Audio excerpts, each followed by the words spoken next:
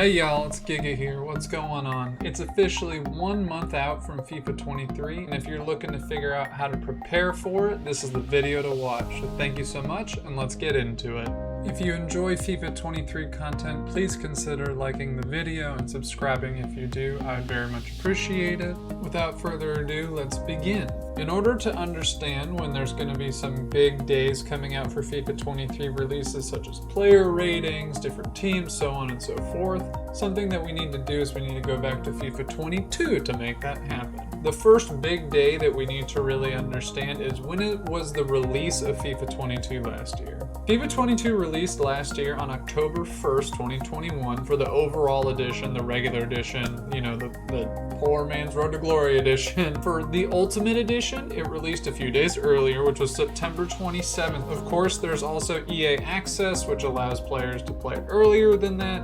That gets a little more complicated, and honestly, I don't do that. I know a lot of people do like doing that because it's pretty cheap, and overall, it's not too much on the bank or the wallet. So, you know, people who want to do that, by all means. For me, because I do my perfectly just buy the regular game Road to Glory, we don't. so I don't get all up in that. But anyway, outside of the initial release dates, the other big dates that we need to look at are when the player ratings were also released. In FIFA 22, or in terms of FIFA 22, those days started with September 13th of last year, which released the top 20 to 50 or so players, but it was on September 13th. After that, on September 14th, the best Prem players were released, which we can actually look back at on the FIFA website, so on and so forth. La Liga was 15th, Women's and Bundesliga were both September 16th, the Serie A was the 17th, and League One was the 18th. Other improvements or other releases that we got to see in the following days, specifically starting on the 20th,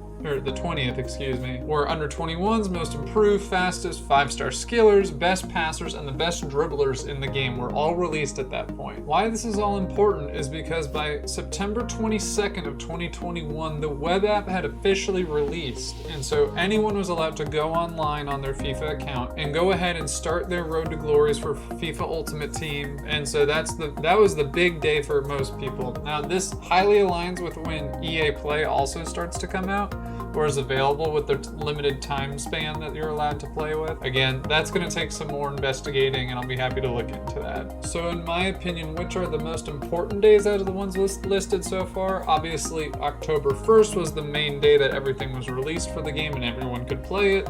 September 27th for the Ultimate Edition, and then September 13th was the big day for player releases. That's when it all started. September 22nd was when the web app was released. How do we correlate that to FIFA 23 now is the big question. Important dates that we already know. The overall release date, so the equivalent of October 1st of last year, is this time September 30th. So it's the Friday of the last week of September, really. And so it's a day earlier, pretty much. And so likewise, the Ultimate Edition is still releasing on the 27th of this year. That was released by EA, that's official. Then we start to get into some of the more wishy-washy stuff in terms of how do we try to correlate this to FIFA 23 now. If we try to keep everything the same based off of days of the week, how many weeks before, things like that, the dates that we start to get here are on September 13th, the 12th. Either the 12th or the 13th, we should start to see the first player ratings officially released by EA. And so I would expect something between the top 20, top 50 if they end up doing something like that again. The other big day that we need to really understand is the web app. So the web app last year was released on September 22nd. This year it's either likely going to be September 22nd again or potentially September 21st.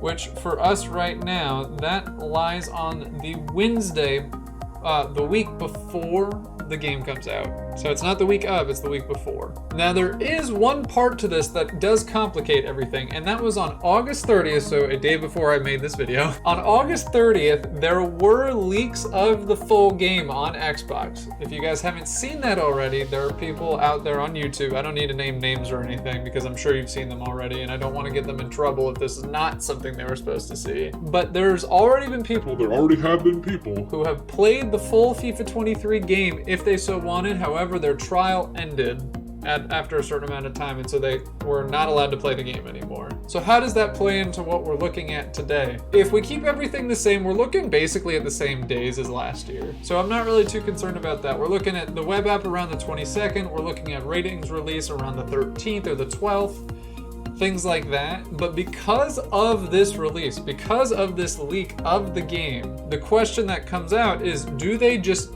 release the whole game early at this point? And I highly doubt they'll do that. I think because they have their official release date, they'll do exactly what they're talking about. They may start releasing player ratings earlier. They may offer the web app potentially earlier. I wouldn't be surprised if that's probably the biggest potential out of this leak that they had. But in terms of the game, I really don't think that that's actually going to happen. I think we're still going to be waiting until that final day, the 27th for the Ultimate Edition, the 30th of September for the regular edition, the standard edition. Overall though, we still, like I said, have about a month out until the full game comes out for everybody. It's the time of year when everyone gets really hyped with trying to build new teams, trying to construct new configurations for how they want to start their team. You know, it's not just you just have a bunch of players at the beginning. You got to have a process, play it out with, you sell all your people. We'll get into all that in another video actually. So if you guys are interested in FIFA 23 or FIFA content in general, please again consider subscribing. Again, if you haven't already, please hit the like button on the video. I would really appreciate it. Otherwise, guys, I hope you're doing very well. I'm getting really pumped for this. It's going to be a good time, and I'll see you in the next video. Have a good one.